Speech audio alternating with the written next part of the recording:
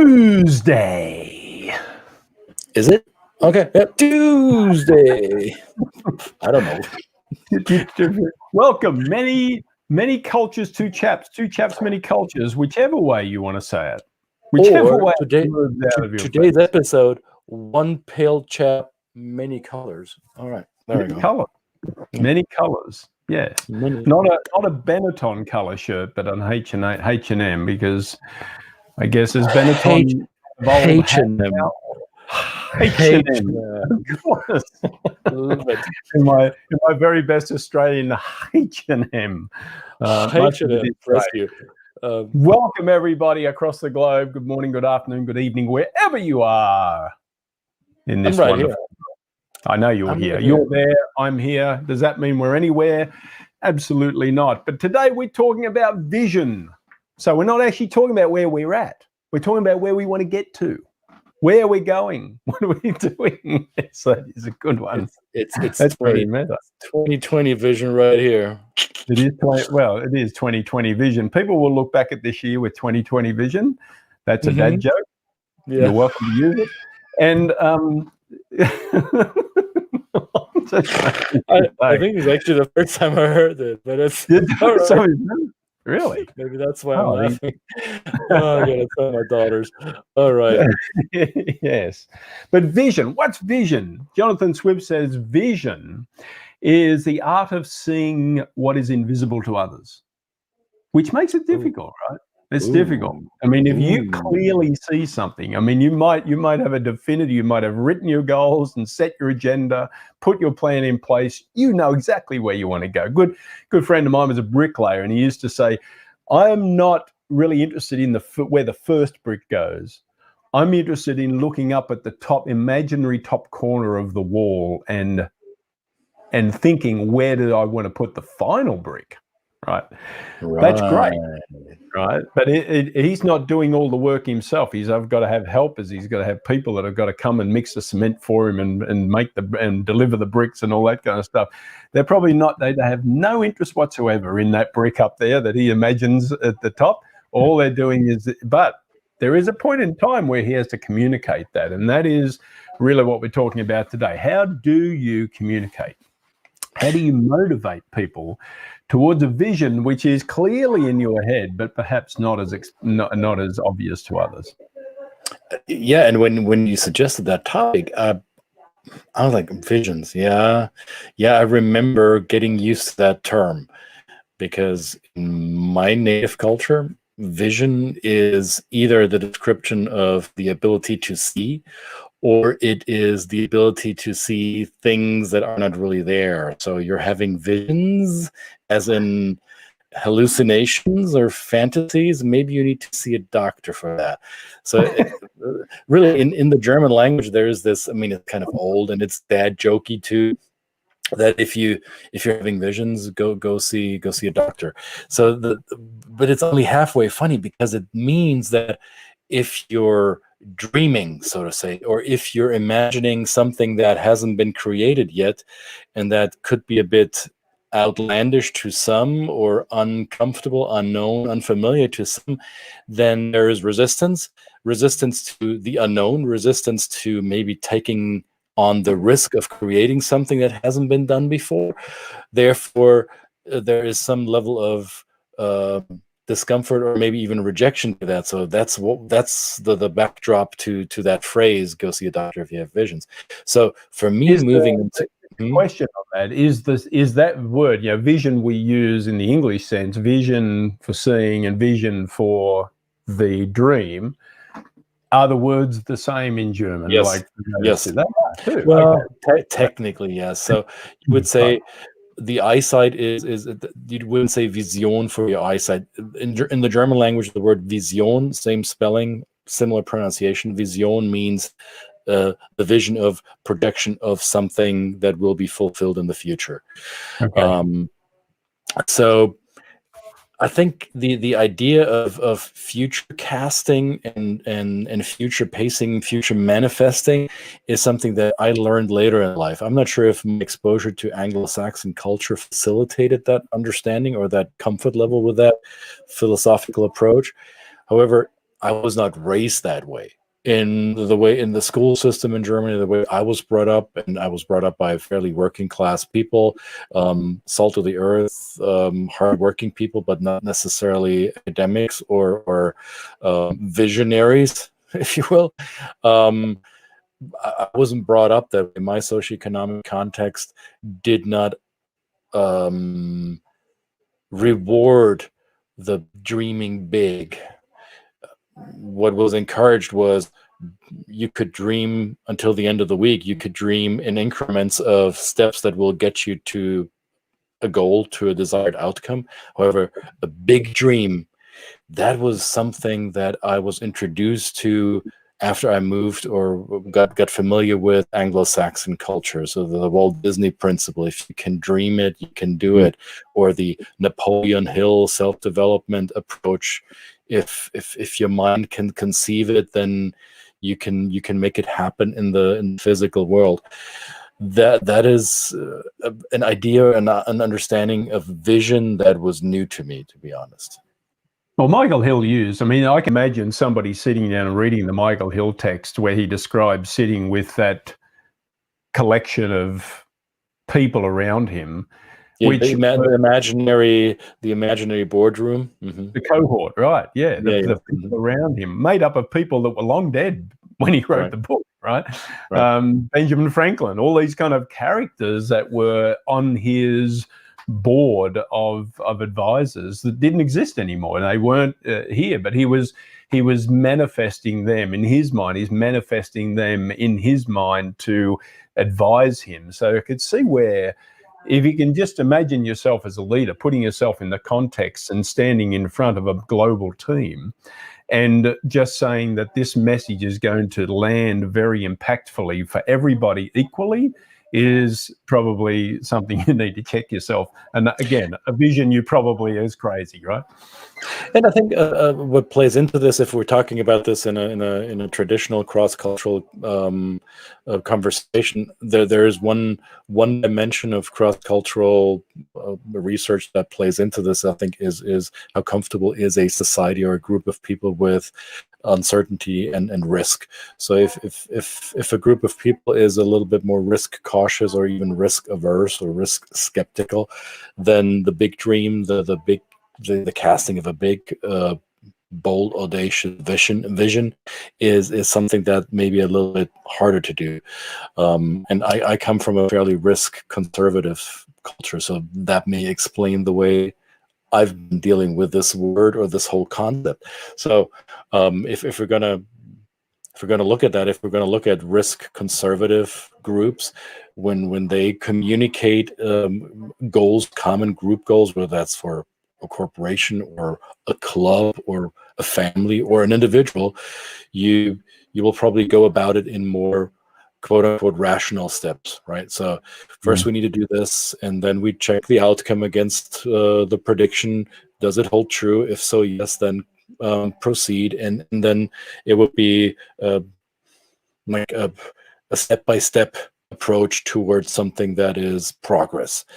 And the Anglo-Saxon world, or in other cultures where risk-taking is something that is deeply ingrained in thought process, it takes the big picture, this projection of beauty or success or some kind of pleasure that, hey, this is where we're going. It looks bold. It looks almost too good to be true, but we're going anywhere because we all believe that we can make it happen. Different approach, I think. Yeah, absolutely. I've been Ben Zander mentioning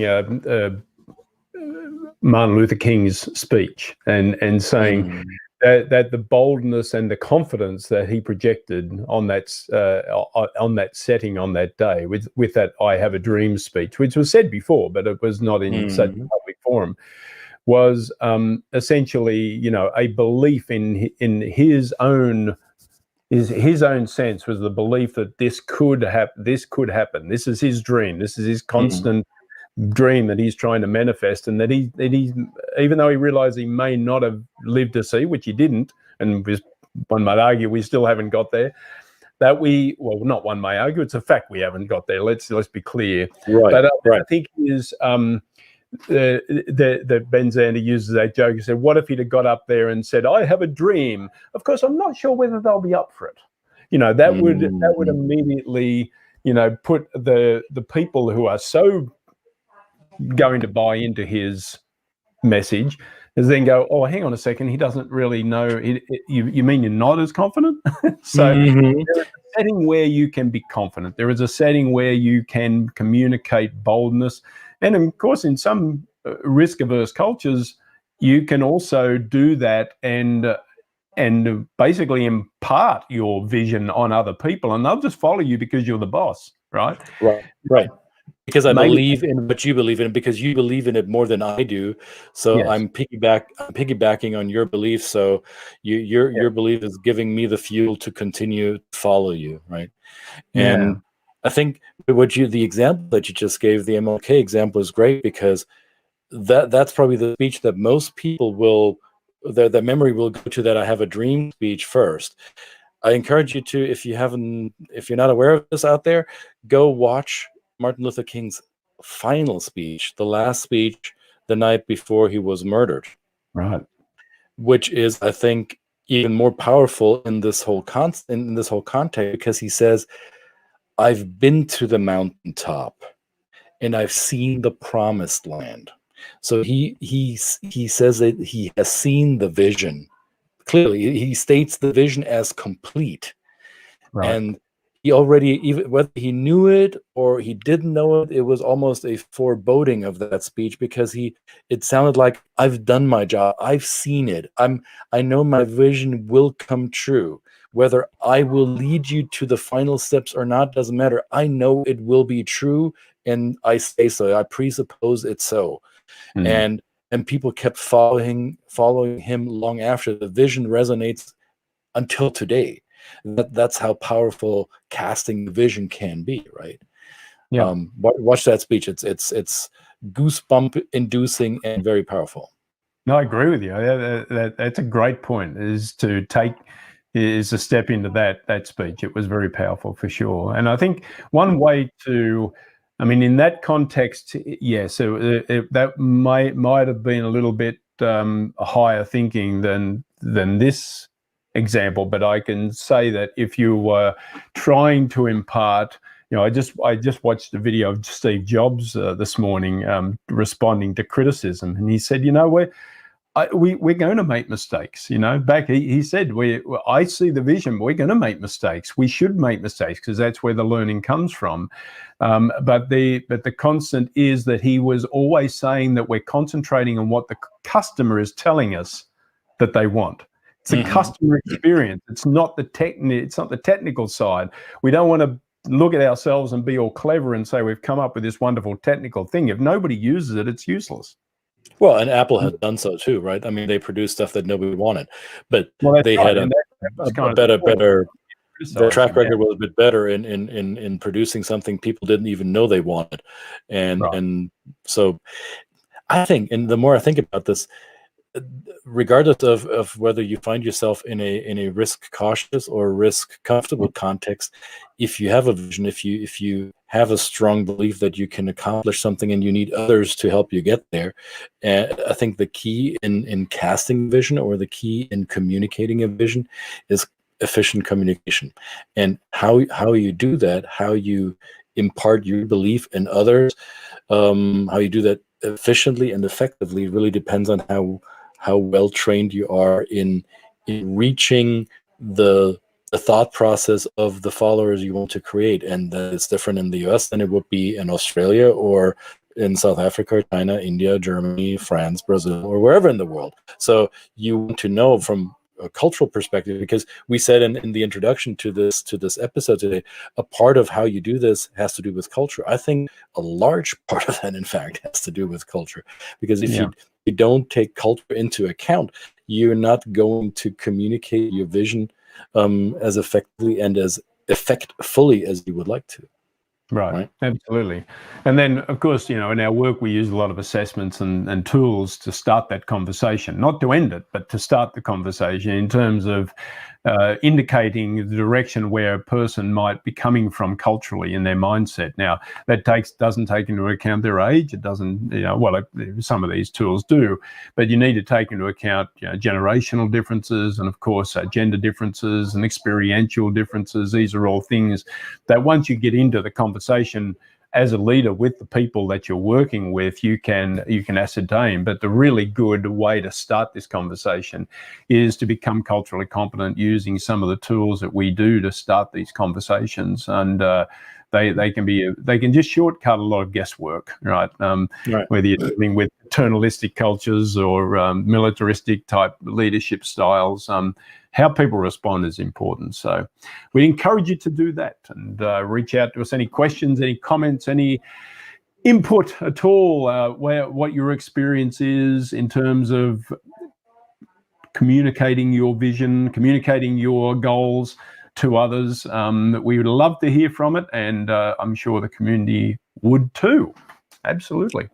Oh, I think they would, and we would love for you to stay in touch via the channels that we provide for you. I know this is moving fast and you're having a hard time writing it down with your hands, I know, but you can always click on that stuff too, right? It isn't that hard. Yeah. When you said convincing people, I'm not sure I'm paraphrasing it right, but when you were talking, I was thinking about the old caveman story, the ancient Greek model of explaining human resistance. You know, that example where people are looking at the wall inside a cave with a light shining into the cave from the outside, but people are tied to wherever they're seated. They cannot look back, and all they see is the reflection of reality out behind their backs, and the reflection, the shadow play is in front of them on that cave wall, and that's the only reality they know. So imagine you would free them individually and lead them outside the cave and show them what's possible.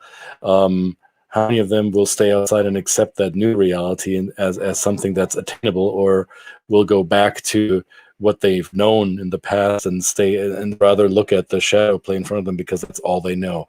So for a leader with a vision, it also takes maybe some skill or some human experience in selecting those who will be the first followers.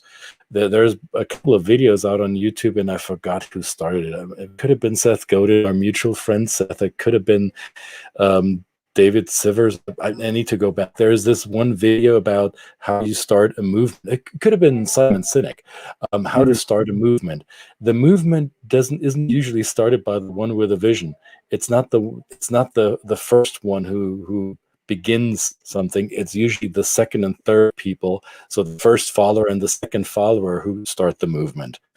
And yes, it takes the first mover to convince others to feel comfortable following along, but it's actually the proof in the pudding, or the proof of concept is the first follower and the second follower that show the rest of the group, oh, it's not just one crazy person, there's now three, and three's a group, and maybe it isn't all that crazy. Maybe I can believe it now.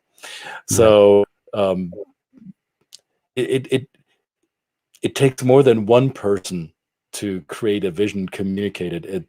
It then goes back to the tribe. Where am I pointing? This dang it, camera here. Tribe. Seth Godin. Go find it. That might help. Visions. How's your vision, Brett?